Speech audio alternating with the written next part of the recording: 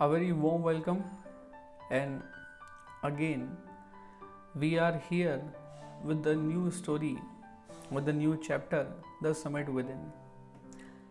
जैसे कि last time हमने एक सिमिलर ऐसा ही चैप्टर पढ़ा था जिसका नाम था द ट्रेजर विद इन, और आज फिर हमने एक चैप्टर स्टार्ट करने जा रहे हैं जिसका नाम है द समिट विद इन। यानी कि दोनों चैप्टर के अंदर एक थोड़ी सी सिमिलरिटी मैं कहूँगा कि है। वो सिमिलरिटी है क्योंकि दोनों ही चैप्टर इस बात पर जोर देते हैं, इस बात को एम्फेसाइज करते हैं कि व्यक्ति का जो टैलेंट है वो व्यक्ति के अंदर छुपा हुआ होता है।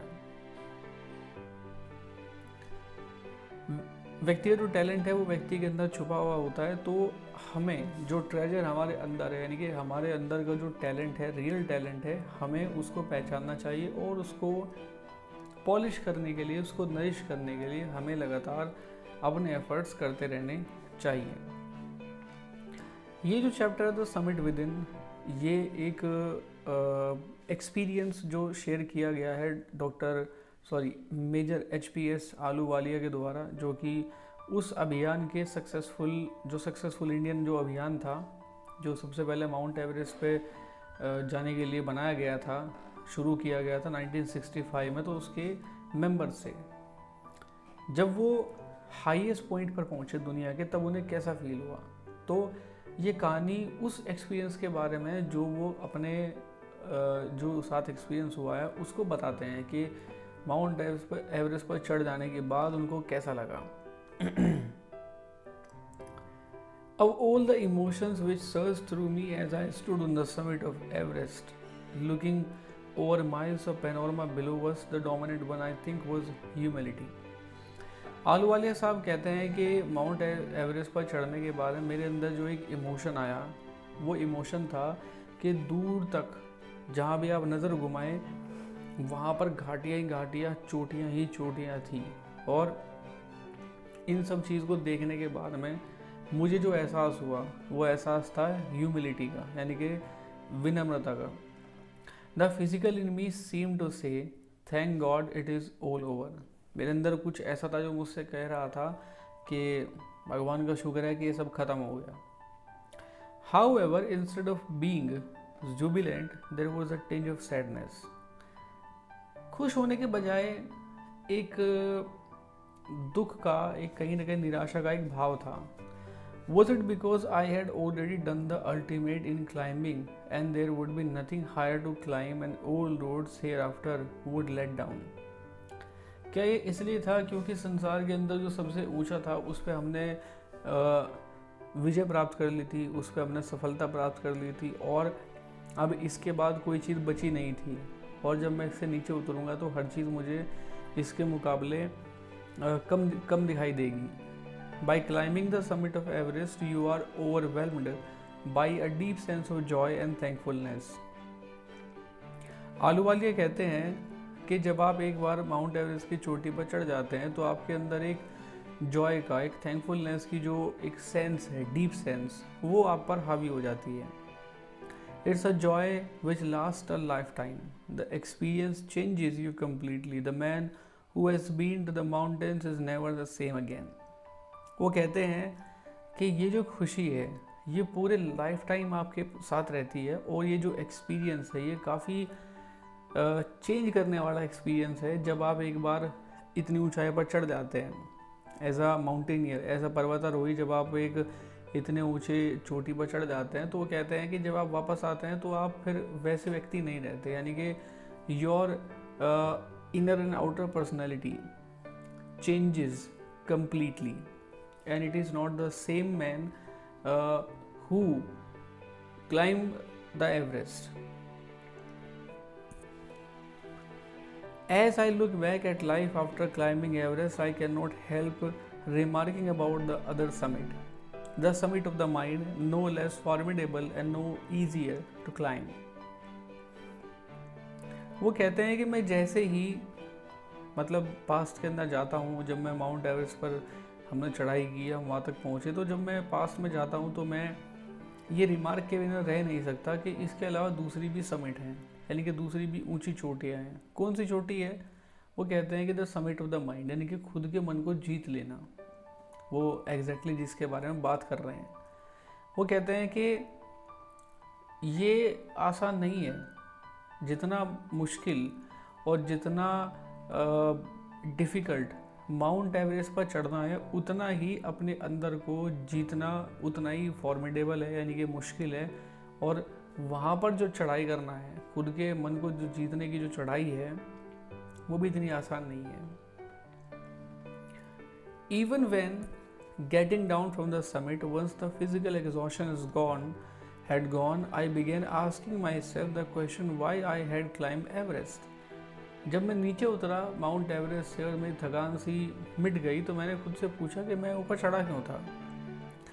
Why did the act of reaching the summit have such a hold on my imagination?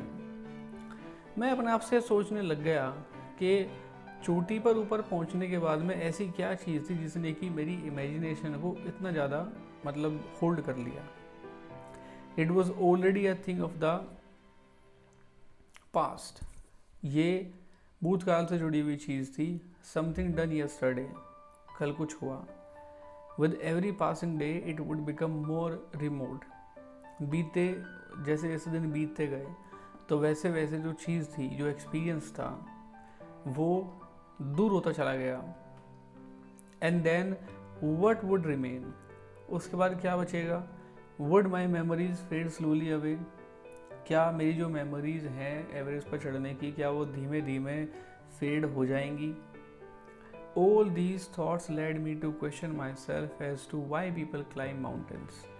यही सब कुछ क्वेश्चन मेरे दिमाग में चल रहे थे, और इसी से मेरे अंदर ख्याल आया कि लोग पर्वतों पर चढ़ते क्यों हैं। It is not easy to answer the question. The simplest answer would be as others have said because it is there. इस सवाल का जवाब देना इतना आसान नहीं है, और जैसा कि दूसरे लोग कहते हैं, एक सिंपल तरीके से इसका जवाब दिया जा सकता है, सिर्फ ये कहकर क्योंकि वो वहाँ है, इसलिए। It presents great difficulties. Man takes a delight in overcoming obstacles. The obstacles in climbing a mountain are physical. A climb to a summit means endurance, persistence, and willpower. The demonstration of these physical qualities is no doubt exhilarating, as it was for me also.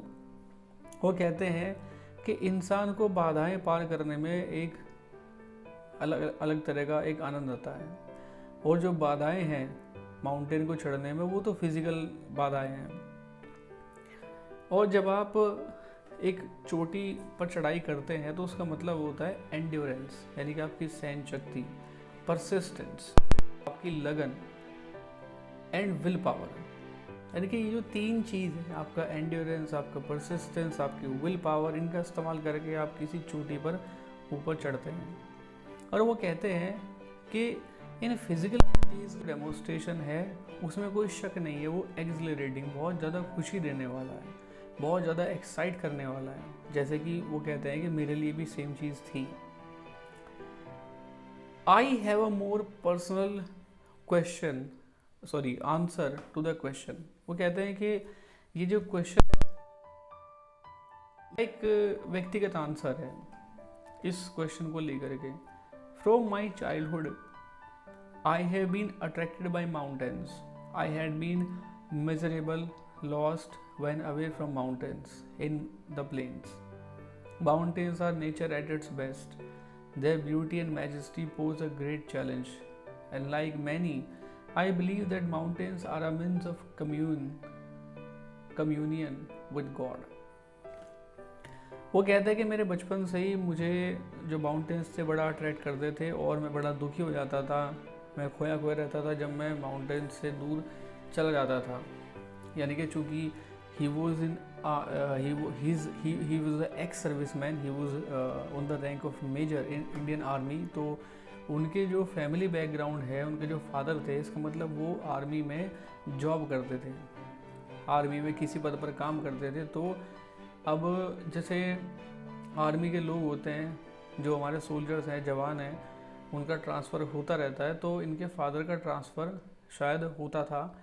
तो जब वो बचपन में उनकी पहाड़ों में कश्मीर वगैरह या गलवान घाटी या कहीं ऐसा इलाका जहाँ पर ऊंचे ऊंचे पहाड़ थे, तो वहाँ उनकी पोस्टिंग रही होगी। तो बचपन से एक फैसिनेशन राइटर के अंदर पैदा हो जाता है माउंटेन्स को लेकर के। और जब दूसरी जगह पर इनके फादर चले जाते थे जस्ट ट्रांसफ़र की वजह से, तो इनको बड़ा अच्छा नहीं लगता था कि वो उन माउंटेन से, उस एटमॉस्फेयर से दूर जा रहे हैं।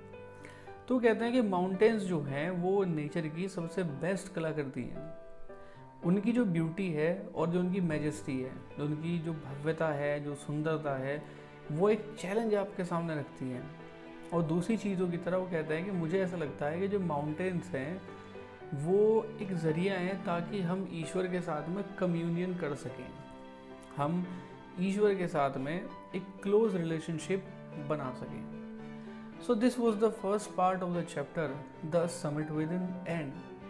We will continue reading the exhilarating experience of the writer Major Ahluwalia, who expressed his deep thoughts in this chapter. So what sort of experience he gone through when he climbed Everest, and when he came back from Everest. We will continue those experiences in our next part of the video. Till then, thank you very much.